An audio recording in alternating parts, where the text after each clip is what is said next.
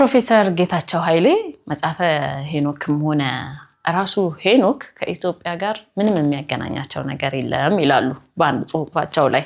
የመጽሐፈ ሄኖክ በኢትዮጵያ መገኘቱን አስመልክቶ ዓለም ሲደነቅ የሰሙ አንዳንድ ወጣቶች መጽሐፈ ሄኖክን የኢትዮጵያ ራሱ ሄኖክንም ደግሞ ኢትዮጵያዊ ነው ይላሉ። ይሄ ግን ፍጹም የተሳሳተ ነው። ሁለቱም ከኢትዮጵያ ጋር ምንም ግንኙነት የላቸውም ይላሉ።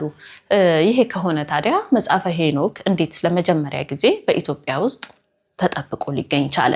ሙሉ ያልተከፋፈለው የመጽሐፉ ክፍል የተገኘው በሀገራችን በኢትዮጵያ ነውና ከዚህ ጋር ተያይዞ ደግሞ ሄኖክ የጻፈበት ቋንቋ በራሱ ብዙ ጊዜ መነጋገሪያና መወያያ ይሆናል።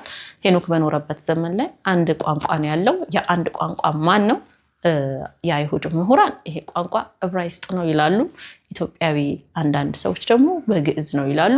አረማይክ ነው አይደለም ግሪክ ነው? ብዙ ሐሳብ አስተያየት ይሰጣል። እናንተ የትኛው ይመስላችኋል? ሐሳብ አስተያየታችሁን ኮሜንት ላይ አስቀምጡልኝ።